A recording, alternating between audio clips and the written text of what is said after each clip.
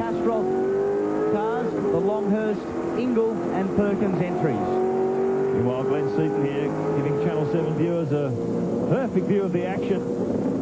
Lowndes just moved over to cover his tracks a little bit there, and I believe the drivers too, Bradley, are a bit concerned about these tyres that are very close to the rubbing strips on the S's there. They are a bit concerned. They're all chained together, so they're worried if they hit one, they'll drag them all along the road with them. So it's certainly keeping them disciplined through that part of the circuit. They said it to be single file through there, and it's certainly proved that way so far.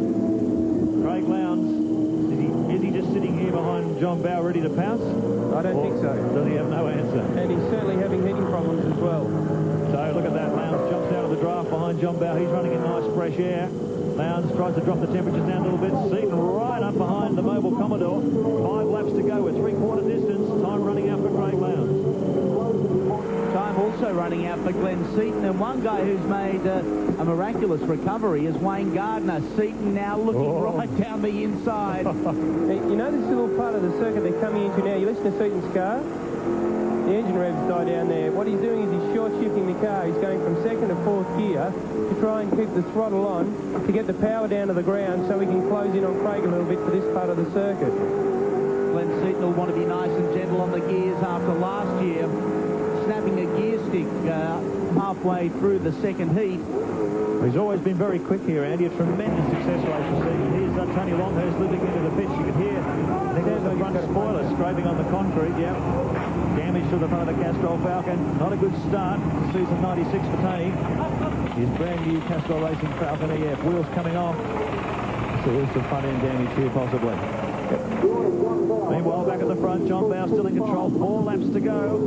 Lowndes running out of options. The same team for Seaton. If you were running in 3rd position here, Bradley, where would you be looking to overtake? I guess this is the only opportunity down turn 2. Almost anywhere, I'd say. It's a very difficult thing. Glenn's starting to get aggressive.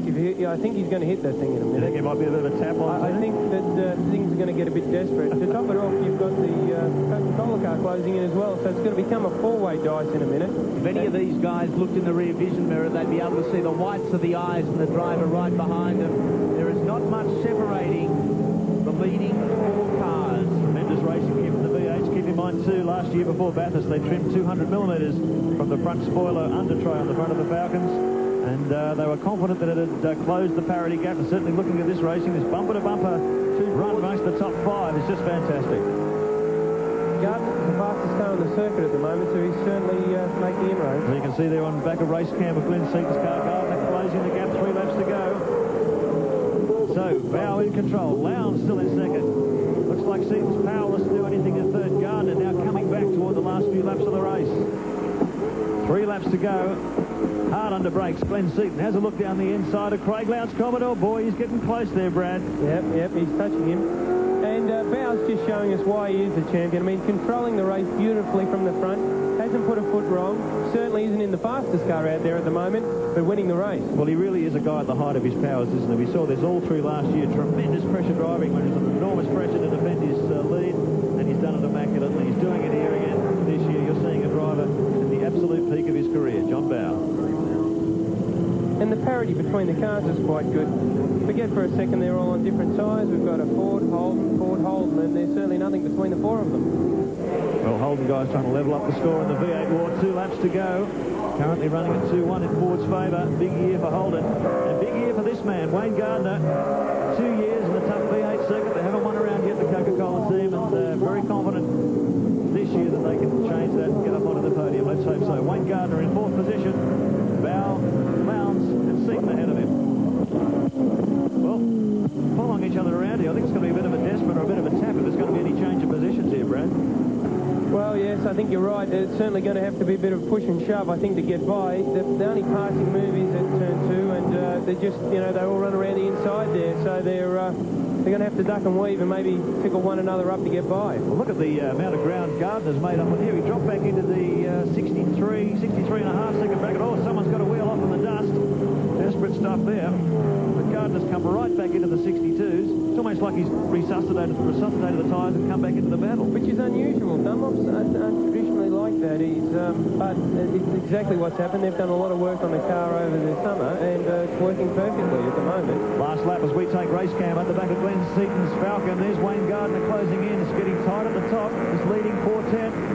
got Peter Brock back in 5th, Skate in 6th, then it's Crompton, Jones, Ingle and Perkins. That's the top 10. Less than 2.8 kilometres to go as they head down toward turn 2 for the final time. Gardner gets a little bit closer under brakes. You can hear Seaton working back through the gears, flame belching from the exhaust of the Coca-Cola Chevy. Very close here. But as you've seen on previous laps, Brad, Rudy's going to take someone else to make a mistake. Well, it definitely is. I don't think John Bowe has too much to worry about from here on in. He just keep his nose clean at the front and pick up the first race. And the big question then will be, you can win one heat, then you've got another 2 to go a bit later in the day, and of course later on this evening. The tyres are going to be critical in that final race. Look at Lowndes. He's not giving up without a fight. Ducks out from behind the Shell 1 Falcon. But there's not a lot he can do. Bowe, masterful display here of defensive driving, covering all the track that Lowndes needs to be. He gets a nice clean run out of here. He's home. And let's see if Lowndes tries to make one desperate run, get up behind the wing of the Shell Falcon. It's 4 in a row. The grandstand's at their feet. Lowndes looks to duck alongside. They're going mad, but Bowe has him covered by barely a car length. Fantastic race. The opening heat of the Shell Australian Touring Car Championship for 1996. Well, fabulous bit of racing there. John Bowe picking up where he left off in 95. Craig Lowndes, great run there in 2nd position. Glenn Seaton in 3rd. Wayne Gardner in 4th. And Peter Brock rounded out the 5. We'll be back with more action from the creek in just a moment.